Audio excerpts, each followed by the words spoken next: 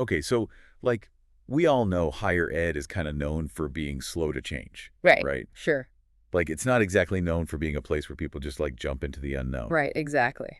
But what about that Mark Zuckerberg quote that says, in a world that's changing really quickly, the only strategy that is guaranteed to fail is not taking risks. Yeah, that's an interesting one.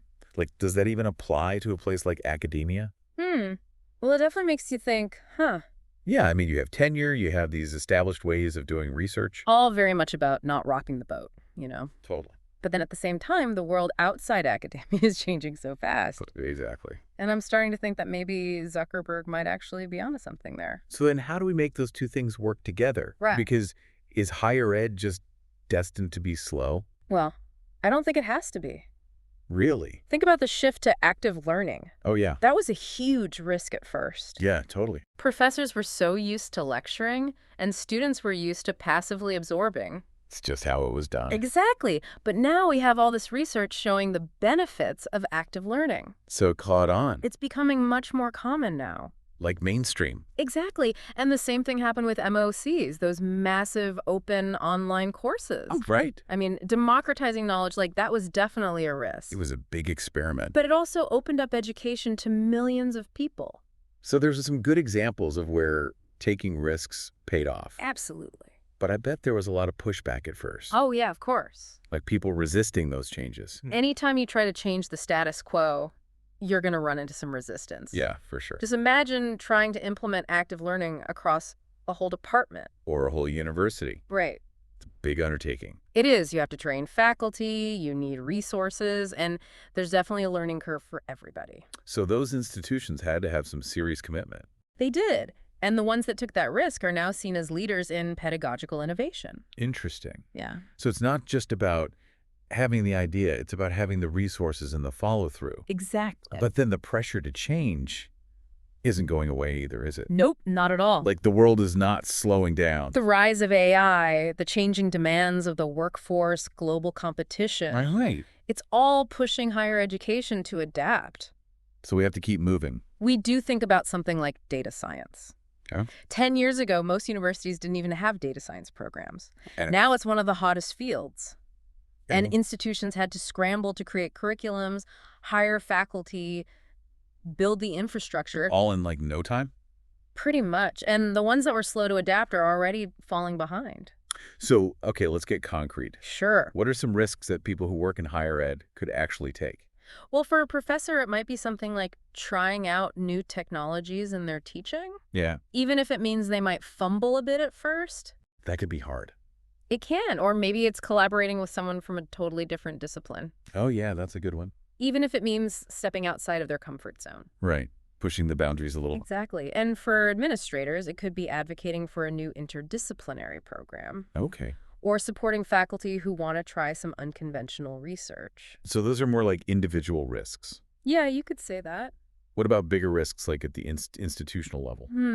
Well, think about a university partnering with a local business to create a specialized training program, Interesting. or launching an online degree program that's specifically designed for working professionals. That would be a big change. Those are risks because they need a lot of investment. And they're different from the traditional models. Yeah, but they could also open up new revenue streams, attract new students, and make the institution more responsive to the needs of the community. So high risk, high reward kind of thing. Possibly. But we've talked a lot about the potential benefits of risk taking.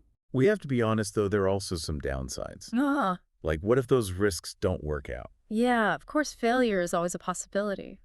And that can be scary. It can be. Yeah. But the key is to see failure as a learning opportunity. Not like a total disaster. Right. Piloting new initiatives on a smaller scale can help to reduce the risk. So start small. Exactly. Gather data, get feedback, Right. be willing to adjust as you go. Okay. And the most important thing, be transparent with stakeholders. So they know what's going on. Yeah, let them know the reasons for taking the risk and what the potential challenges might be. Okay, so it's not about just blindly jumping into the unknown. No, it's more about calculated risks. Right. It's about assessing the benefits and challenges, having a plan, and being prepared to learn from both the successes and the setbacks. So it's like informed risk-taking. Exactly. And remember, even small risks can lead to big changes. That's a good point. A professor who changes their teaching style for just one course Yeah, might find a new approach that changes their whole teaching philosophy. right. I can see that. Or a small pilot program could turn into a major initiative for the whole institution. You know, this whole conversation has actually made me think about risk in a totally different way. Really? Yeah, like it's not just about these big dramatic changes. Mm-hmm. It's about always looking for ways to improve and evolve. I completely agree. And in a world that's changing as fast as ours, that kind of thinking is crucial for higher ed. Like if you want to not only survive, but thrive. Exactly. So if you work in higher education, I have a little challenge for you. Okay. Think about one small risk that you could take in your own work to shake things up a bit. I like it. Maybe it's a new teaching method or reaching out for a collaboration with someone in a different discipline. Those are great ideas. And hey, if you're ready to take a really big risk and explore some totally new opportunities, you should check out academicjobs.com. I've heard of that. They have listings for university and college jobs all over the world, Wow. and all the top universities post their faculty positions there. Sounds like a good resource. It might be the perfect place to find your next big adventure, I bet it is. so go check it out. Would do. And that wraps up our deep dive for today. Thanks for having me. Thanks for being here.